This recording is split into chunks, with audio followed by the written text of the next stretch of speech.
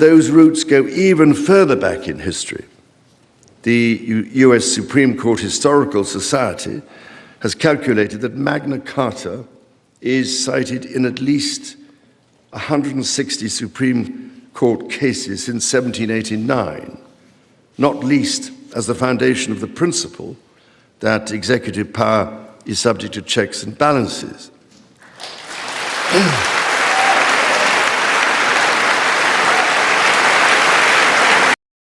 Did King Charles just subtly call out former President Donald Trump right on American soil? That's the question blowing up across the internet right now after the British monarch delivered a historic and highly scrutinized speech to the United States Congress. What was meant to be a moment of unity quickly turned into a viral political debate, and it all came down to one powerful line. Let's break it down. During his first official state visit to the United States as king, Charles addressed lawmakers in Washington, D.C., striking a calm and diplomatic tone. He spoke about the deep, long-standing relationship between the United Kingdom and the United States, describing it as a partnership shaped by history, shared values, and mutual challenges. For all that time, our destinies as nations have been intertwined, he said, earning warm applause across the chamber. So far, nothing controversial. But then came the moment that changed everything. While discussing the shared legal traditions between the two nations, King Charles referenced the historical importance of the Magna Carta, a document dating back to 1215 that helped shape modern democracy. He pointed out that the US Supreme Court has cited the Magna Carta in more than 160 cases since 1789.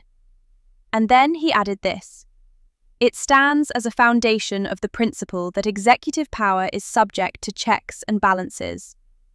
That line may sound purely historical, but within seconds, the reaction in the room and online told a very different story.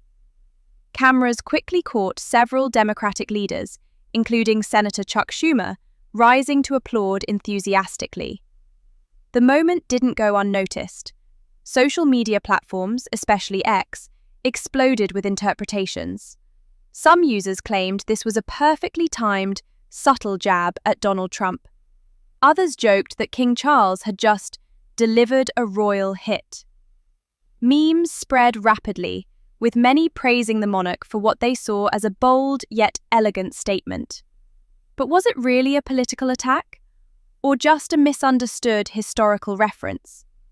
Timing plays a huge role here. The speech comes during a period of rising tension between Washington and London.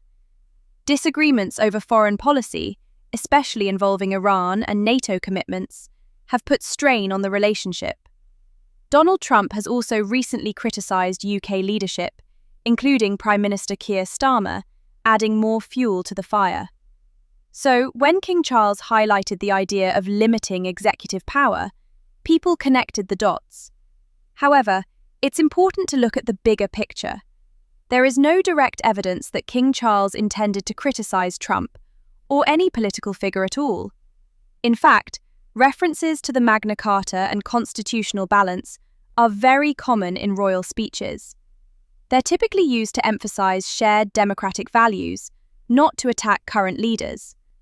But in today's world, context is everything. This wasn't just any speech. It marked the first time a British monarch addressed Congress since Queen Elizabeth II back in 1991. That alone made every word, every pause, and every reaction incredibly significant. And in a deeply divided political climate, even a simple historical statement can quickly be reinterpreted as something much bigger.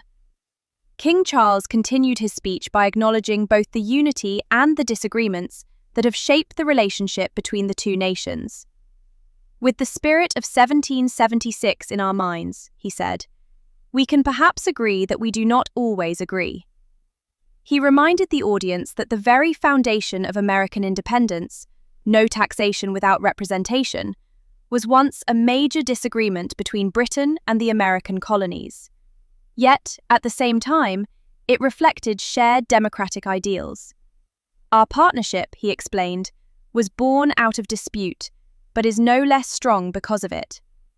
That message was clear. Differences don't weaken the relationship, they define it. He went on to highlight how both countries continue to be shaped by common legal and democratic traditions rooted in history, including the Magna Carta and the English common law system. These, he emphasized, are not just relics of the past, they are living principles that still guide both nations today. And when the US and the UK come together, according to Charles, they have the power to create real global change, not just for themselves, but for the world. He even quoted Donald Trump himself, referencing a past state visit where Trump described the bond between the two nations as priceless and eternal, irreplaceable and unbreakable. So clearly, the king wasn't avoiding mentioning Trump altogether. In fact, he seemed to be reinforcing unity, not division. Charles also added a touch of humor, noting that this was his 20th visit to the United States, but his first as king. He joked about the shared history between America and Britain, referencing George Washington and his own ancestor, King George III. And in a light-hearted moment, he reassured the audience, "I am not here as part of some cunning rearguard action." The room laughed, but the underlying message remained serious. This speech wasn't just about history, it was about the present and the future. As the United States approaches its 250th anniversary, and as both nations navigate an increasingly complex global landscape, moments like this carry real weight. So, was it a subtle political message, or simply a reflection on shared values? The truth likely lies somewhere in between. In today's hyper-connected world, perception can be just as powerful as intention. And when a global figure like King Charles speaks, especially in a setting as important as Congress, every word is bound to be analysed, dissected, and debated. One thing is certain. What started as a diplomatic speech has now become a viral moment, one that continues to spark conversation across the globe. And whether intentional or not, King Charles got the world talking.